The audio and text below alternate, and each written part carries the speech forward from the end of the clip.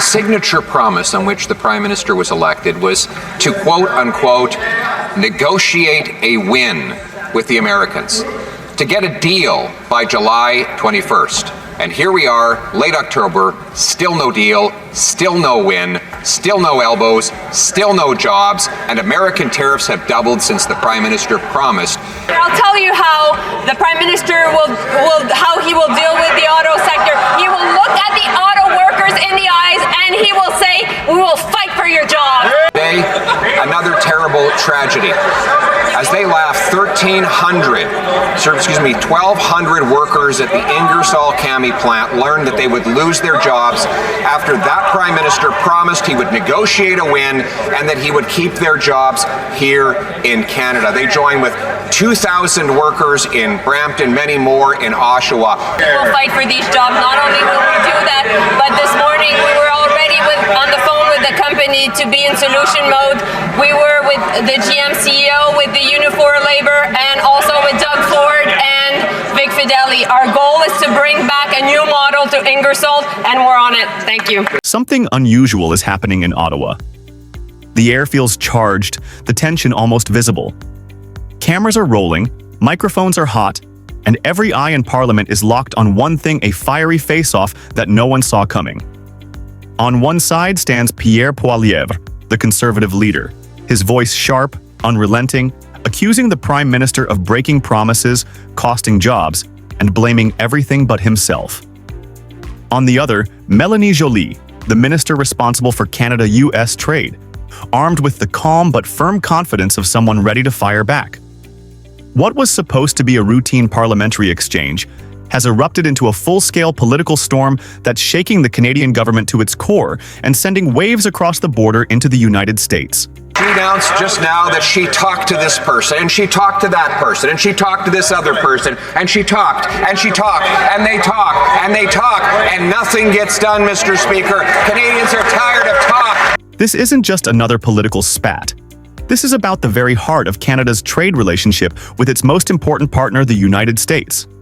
A deal that was promised, delayed, and now, apparently, derailed. What started as optimism has turned into frustration for millions of Canadians who were told that relief was coming, that tariffs would be lifted, that jobs would return. Instead, they've watched factories close, workers laid off, and costs climb.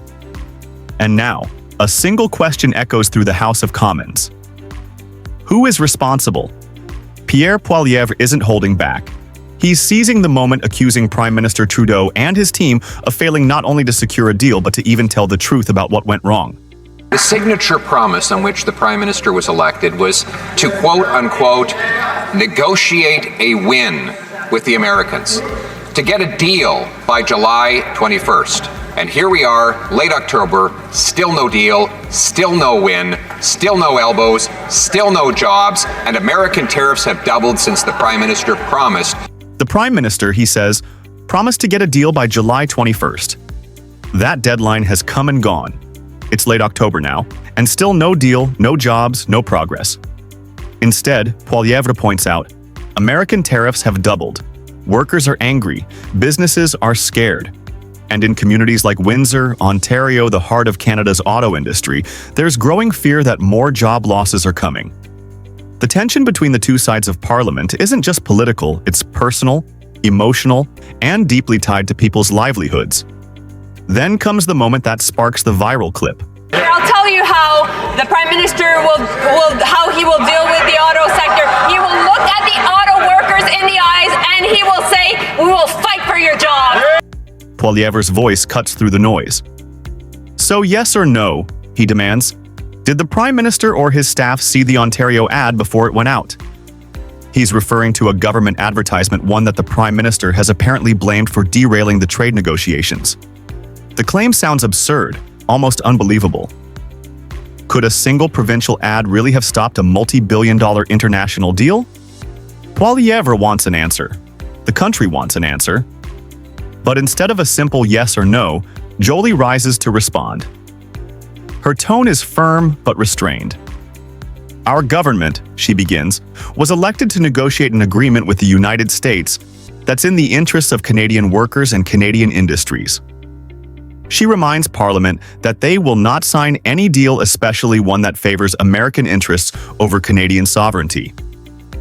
It's a calculated answer, diplomatic, precise, and aimed not at Poilievre, but at the millions watching from home. But Poilievre isn't satisfied. He repeats the question again and again, each time demanding a direct response. Each time, Joly refuses to take the bait. The room grows louder, tension thicker. Applause breaks out as Joly pushes back harder. She accuses the opposition of trying to rush Canada into a bad deal, of being willing to sign whatever paper the Americans put on the table. "We're going to sign an agreement that benefits Canadian workers and the Canadian economy," she says, her voice rising with conviction. "We will invest in Canada. We will build in Canada. And we will support Canadian businesses." Her words land like punches, each one crafted to shift the spotlight away from the Prime Minister's failure and back toward a message of strength and independence. For those watching, it's more than political theater. It's a power struggle between two visions of Canada's future. On one side, a populist opposition leader accusing the government of incompetence and weakness. On the other, a seasoned minister defending Canada's right to stand firm against U.S. pressure. The crowd roars, MPs exchange glances, and social media explodes.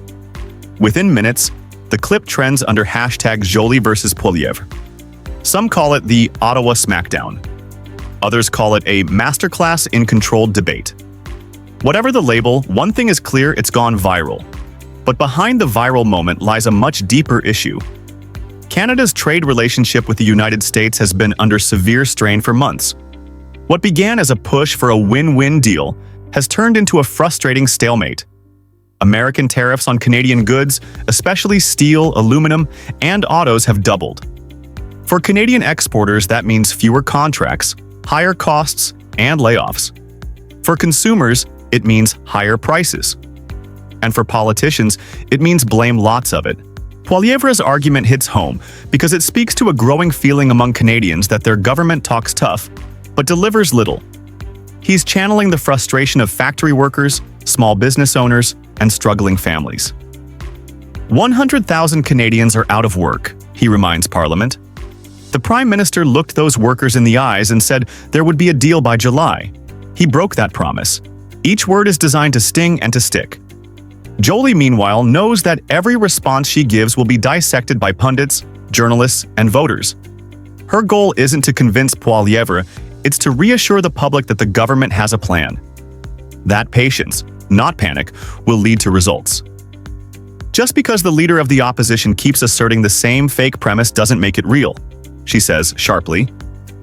What is real is that we are investing in Canada, defending our economy, and standing up for the right deal, not any deal. That line, "not any deal," becomes the day's headline. To some, it's a sign of strength. To others, it's an excuse. But it captures the government's position perfectly. Canada won't bow to U.S. pressure, even if it means more economic pain in the short term. Joly's confidence contrasts sharply with Poilievre's aggression, creating a scene that feels both dramatic and symbolic. Two opposing philosophies about how to protect Canada's future colliding in real time. In Washington, officials are watching closely. The Biden administration, already managing trade tensions with China and the EU, sees Canada's political chaos as another complication. American industries, particularly auto manufacturers, are lobbying hard for stability, warning that continued tariffs will hurt both sides. But from the White House's perspective, the deal has stalled because Canada is dragging its feet. The Americans want concessions, Canada wants guarantees, and neither side wants to blink first. This standoff isn't just about tariffs. It's about pride, sovereignty, and politics. For Trudeau's government, signing a weak deal could look like surrender. For Poilievre, any delay is proof of incompetence. The stakes are massive economically and politically. Every headline, every quote, every viral moment has the potential to shape the next election. And then there's the human cost. In towns like Windsor, Oshawa, and Sarnia, workers are growing restless. Auto plants that once ran 3 shifts a day now operate at half capacity. Skilled tradespeople are lining up at unemployment offices. Families who voted for change are now facing uncertainty. They told us the Americans would come back to the table, one factory worker told local news. Now we're just waiting for someone to tell us what's next. Those are the voices politicians ignore at their own peril. As the parliamentary exchange continues, the tone shifts from confrontation to exasperation. Poilievre leans in again, one last time, pressing the same question. Did the Prime Minister or his staff see the ad before it went out? Yes or no? He knows that even if he doesn't get an answer, the question itself is powerful. It paints the government as evasive and secretive. It gives the impression of chaos behind the scenes, the kind of chaos that erodes public trust. Joly rises one final time. Her tone is sharper now. The patience is gone. I can imagine the frustration that the leader of the opposition feels, she begins. But Canadians chose a prime minister who takes serious issues seriously, who will defend Canadian workers, stand up for our industries, and secure the right deal for our country. It's a clean, composed finish, but the damage is already done. The exchange has become headline news across North America. In the hours that follow, clips of the debate flood social media. American commentators pick it up too, framing it as another example of how U.S. trade tensions are straining alliances. On Fox News, one analyst calls it Canada's moment of reckoning. On CNN, another describes it as a turning point for Trudeau's government. Online, the reactions are split. Some praise Joly's composure. Others say she dodged the question entirely. Either way, the story dominates headlines for days. Behind the scenes, political strategists scramble to spin the fallout. Poilievre's team releases clips captioned, "No deal, no jobs, no answers." The Prime Minister's office issues a statement reaffirming their commitment to a fair, sustainable, and balanced trade relationship with the United States. But the public isn't interested in press releases. They've already made up their minds. The images of a fiery debate, of raised voices and unanswered questions, have left a mark. In the broader picture, this moment says a lot about the new reality of global trade. Gone are the days when deals were quietly negotiated behind closed doors. Today, every move is public, every word recorded, every delay politicized. The relationship between Canada and the United States, once predictable, has become a chess match of competing interests. Each side trying to prove strength, each side accusing the other of bad faith. And in the middle of it all, ordinary workers caught in the crossfire. And that's where Canada stands tonight, caught in the middle of political fire and economic pressure. One side blames incompetence, the other calls it strategy. But for Canadian workers, none of that matters. They just want results. The question now isn't who won the debate, it's who will actually deliver the deal. Because when politics ends, the real cost is paid by the people waiting for answers.